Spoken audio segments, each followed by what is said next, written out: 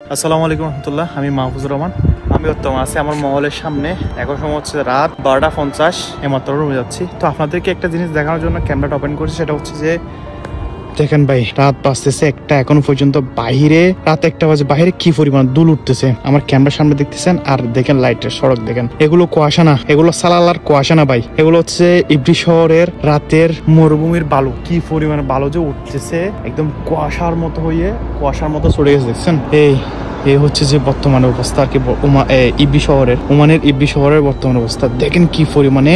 ওই দেখেন, এগুলো কিন্তু কুয়াশা না, এগুলো হচ্ছে যে সবগুলো হচ্ছে যে মরুভূমির বালু। হাওয়ার সাথে কি পরিমাণ উঠতেছে, এগুলো যখন মুখ দিয়ে যাবে, নাক দিয়ে যাবে, ব্লাড আসে। প্রবাসীদের ব্লাড মুখ দিয়ে নাক দিয়ে ব্লাড আসে না, এই বালুগুলো যখন নাক দিয়ে মুখ দিয়ে যাবে, নাক দিয়ে গেলে নাক থেকে রক্ত পড়বে এবং গলা দিয়ে গেলে সর্দি কাশি হয়।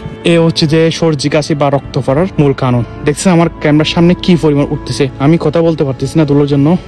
দেখেন, এগুলো একটু কুয়াশা না, এগুলো সবগুলো হচ্ছে যে মরুভূমির বালু, যেটা রাতের 1টা বাজেও এই পরিমাণে উঠতেছে। লাইটের সড়ক না পড়লে কিন্তু বোঝা যাচ্ছে না।